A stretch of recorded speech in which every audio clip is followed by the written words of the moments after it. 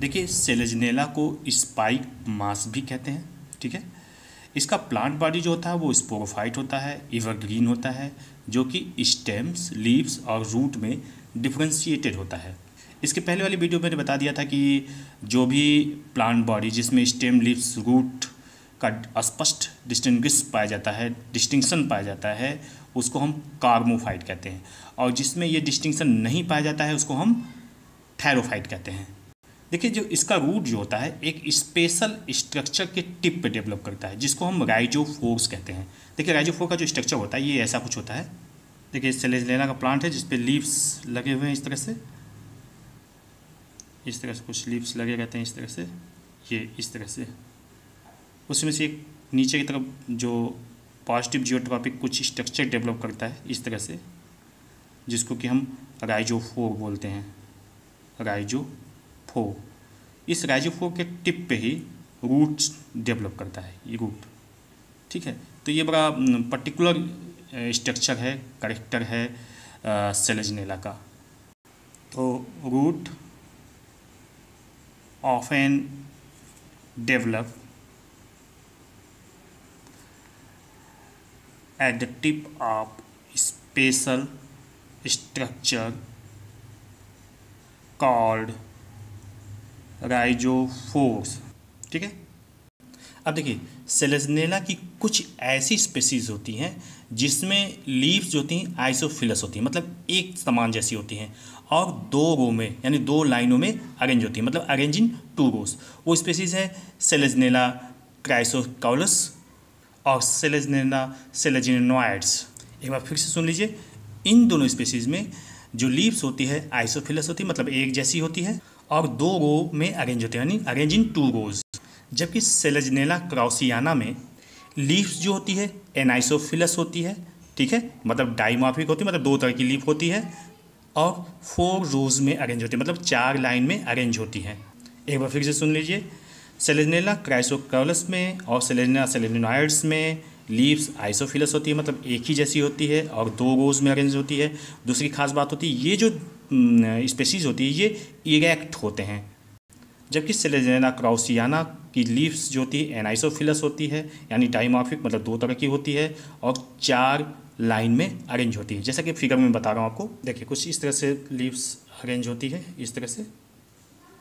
ये छोटी पत्ती है और एक ये वाली रोज जो होती है बड़ी पत्तियों की है, इस तरह से यहाँ से, और इस पत्ती में मिड लीव लाइक स्ट्रक्चर पाया जाता है इस तरह से, ठीक है।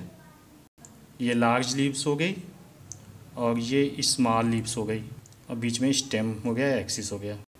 अब देखिए जो राइजोफोर होता है इसको बोअर और गोएबल नामक बॉटनिस्ट हैं, उन्होंने कहा कि ये आर्गन ऑफ सुई जेनेसिस है। देखिए आर्गन ऑफ सुई जेनेसिस का मतलब ये होता है कि ऐसा स्ट्रक्चर जिसमें स्टेम और रूट दोनों के कैरेक्टर्स हों।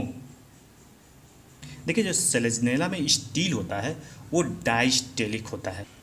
डाइस्टेलिक का मतलब मैंने स्टील वाले वीडियो में बताया था आपको, ठीक है। देखिए जो मोनोस्टील कंडीशन सेलेजनेला में बहुत ही रेयरली पाई जाती है, मतलब रेयरली फाउंड मोनोस्टेलिक कंडीशन, ठीक है।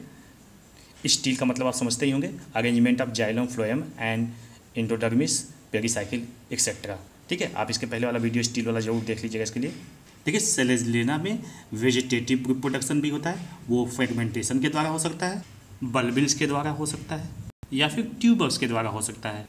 फ्रेगमेंटेशन का मतलब होता है प्लांट बॉडी को डिफरेंट पार्ट्स में टूट जाना, और हर प्लांट जो होता है नए प्लांट बॉडी को डेवलप करता है। बल्बिल्स जो होता है ये आउटग्रोथ होता है, जैसा कि ये आप डिस्क्रिप्शन में देख रहे हैं, ठीक है। और ये बल्बिल्स जो होता है ये भी डेवलप करके नया प्लांट बनाता है। ट्यूबर्स जो होता है ये अंडरग्राउंड, मतलब ज़मीन के नीचे पाया जाने वाला स्ट्रक्चर होता है, ये भी डेवलप करके नया प्लांट बनाता है। देखिए बल्बिल्स और ट्यूबर पेरिनेशंस बॉडी की तरह भी काम करते हैं, मतलब एडवर्स कंडीशन में ये ज़मीन के नीचे पड़े रहते हैं, और जब कंडीशन फेवरेबल आती है तो ये डेवलप करके नया प्लांट बनाते हैं, ठीक है। देखिए जो इसमें स्पोरेंजिया होता है वो ब्रांच के टिप पे डेवलप करता है। Sporangia develop in the axis of fertile leaves are sporophyll. Sporophyll मतलब समझ गए ना, मतलब ऐसी पत्तियां जिस पर स्पोरेंजिया पाया जाता है। At the tips of small branches called spike।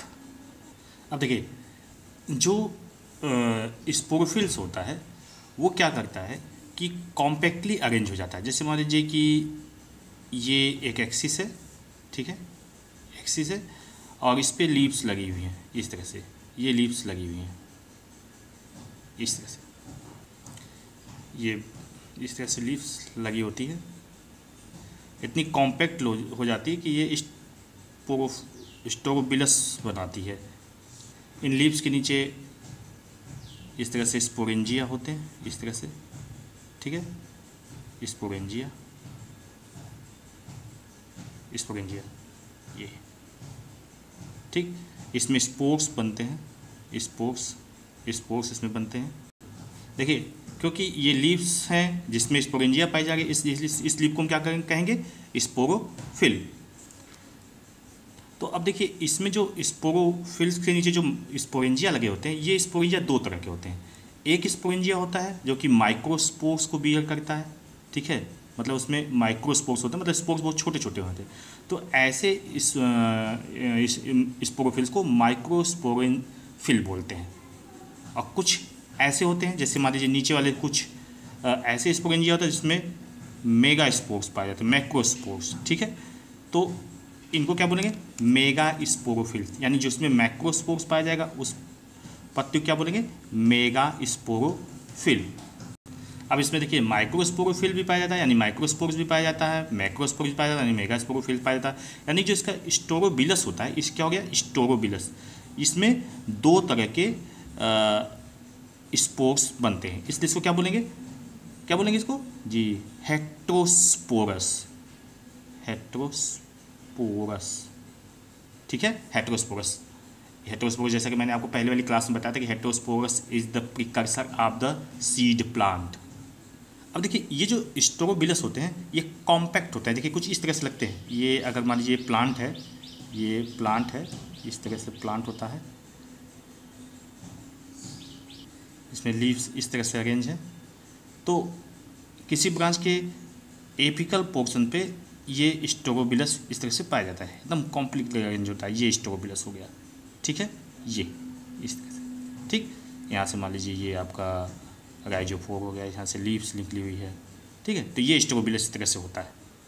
अब देखिए, जो माइक्रोस्पोरोफिल होता है, यानी माइक्रोस्पोरेंजिया जो होता है, वो लार्ज नंबर में क्या बनाते हैं, माइक्रोस्पोरेंजिया जो होता है वो लार्ज नंबर में बनाते हैं माइक्रोस्पोर्स। जबकि जो मेगा स्पोरेंजिया होता है, यानी जिसमें मेगा स्पोर्स पाए जाते हैं या मैक्रोस्पोर्स पाए जाते हैं, ठीक है, वो केवल 4 मेगा स्पोर्स बनाते हैं, ठीक है, ये इस तरह से। तो बात समझिए, माइक्रोस्पोरेंजिया जो होते हैं खूब ढेर सारा माइक्रोस्पोर बनाते हैं, जबकि मेगा स्पोरेंजिया कुछ सिर्फ 4 मेगा स्पोर्स बनाते हैं।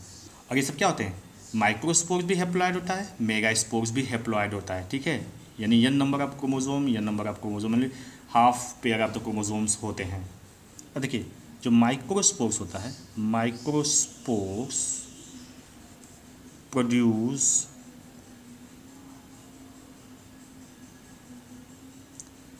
एन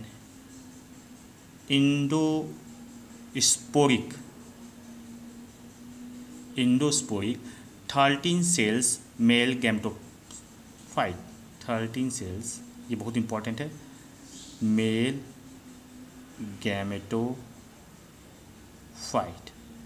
ठीक है।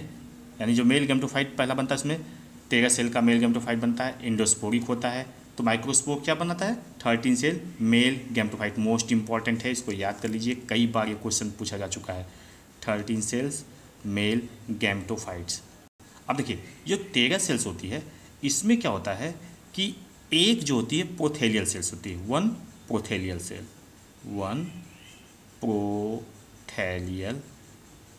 सेल, ठीक है।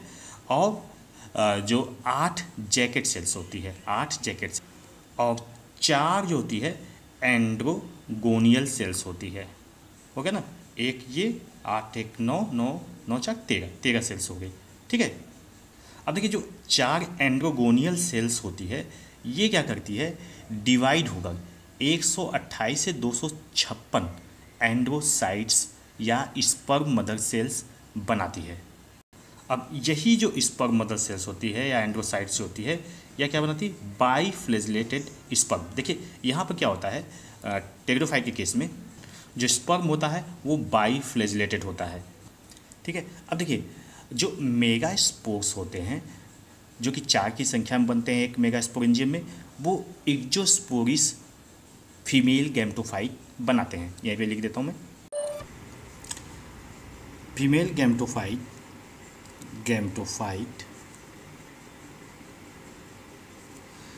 contain an exposed generative apical cushion and storage tissue. The two are separated by a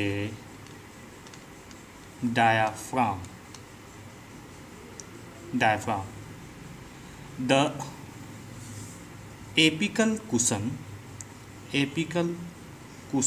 produces archegonia and rhizoids. देखिए यहाँ पे इम्पॉर्टेंट चीज़ ये है कि इतना याद रखना है आपको कि जो माइक्रोस्पोर्स होता है वो मेल गैमिट बनाता है यानी स्पर्म्स बनाता है, जो मेगा स्पोर्स होता है वो फीमेल गैमिट्स बनाता है। अब उस फीमेल गैमिट्स में ही आर्चेगोनिया डेवलप करते हैं। देखिए हर आर्चेगोनिया में सिंगल फीमेल गैमिट्स होता है या एक ऊसफेयर्स होता है, या एक उसी को ऊसफेयर्स कहते हैं, फीमेल गैमिट्स को ही ऊसफेयर कहते हैं। अब देखिए जो आर्चेगोनिया होता है उसी से म्यूसिलेज सब्सटेंस निकलता है जिसमें कि मैलिक एसिड होता है। ठीक है, जैसे कि फॉर्म में आपने देखा था, इसी तरह से इस आर्चेगोनिया से भी मैलिक एसिड निकलता है जो मेल स्पर्म्स को अपनी तरफ आकर्षित करता है। ठीक है, अब देखिए इसका जो आर्चेगोनिया होता है इसमें सिंगल नेक कैनाल सेल्स होती है।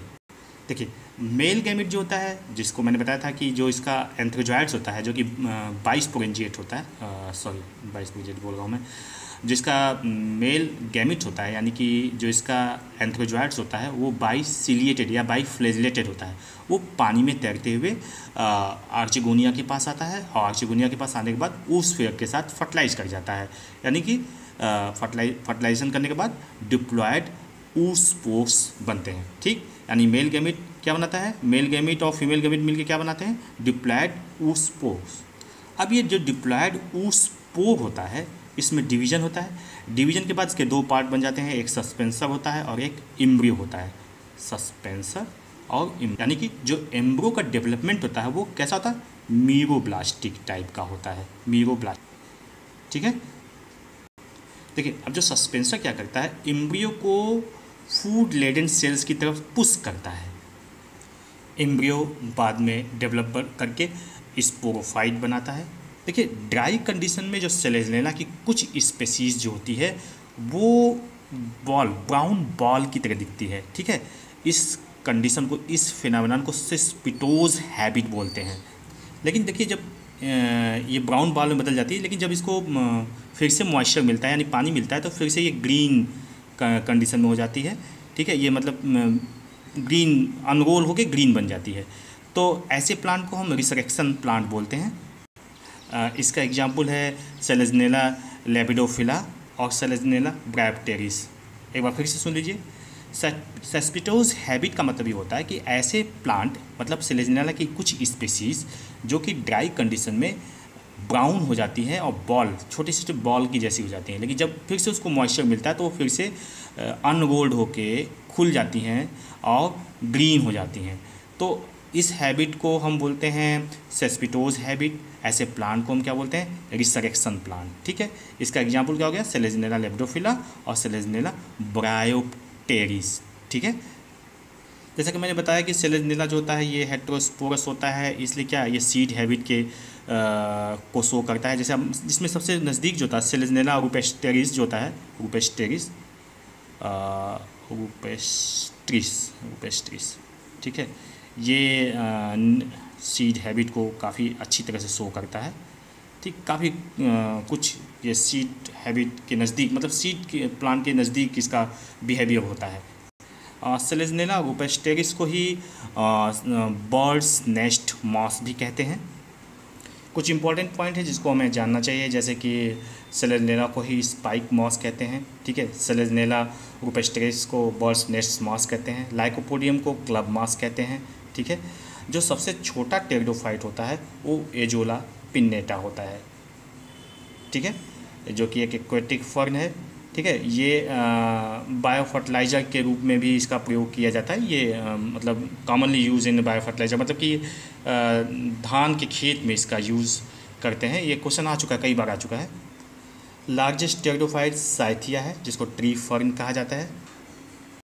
अब देखिए, साइलोटेल्स और आयनिया को पहला ट्रेक्योफाइट्स कहा जाता है, ठीक है। अब एक चीज़ आप देख लीजिए, एपोगेमी क्या होता है। एपोगेमी का मतलब सीधा सीधा समझिए कि जब गैमेटोफाइट से स्पोरोफाइट डेवलप करता है तो उसको एपोगेमी कहते हैं, ठीक है। और एपोस्पोरी का मतलब कि जब डिप्लॉयड गैमेटोफाइट डेवलप करे, किससे, स्पोरोफाइट से, तो इसको हम एपोस्पोरी कहते हैं। सीधे सीधे इसका समझ जाइए। एपोगेमी को सबसे पहले फार्लो ने रिपोर्ट किया था टेरिस में, टेरिस कैल्टिका में। और एपोस्पोरी जो होता है ये सबसे पहले डोरेली ने इसको रिपोर्ट किया था एंटीराइनियम में, ठीक है। और फर्न में इसके एपोस्पोरी की वजह से पॉलीप्लाइडी डेवलप कर जाता है। और साइलोटम जो होता है ये इसमें राइजाइड्स पाए जाते हैं, जिसमें कि डाइकोटमस ब्रांचिंग पाई जाती है स्टेम के अंदर। ये याद कर लीजिए, ये इंपॉर्टेंट पॉइंट है। धन्यवाद, थैंक यू।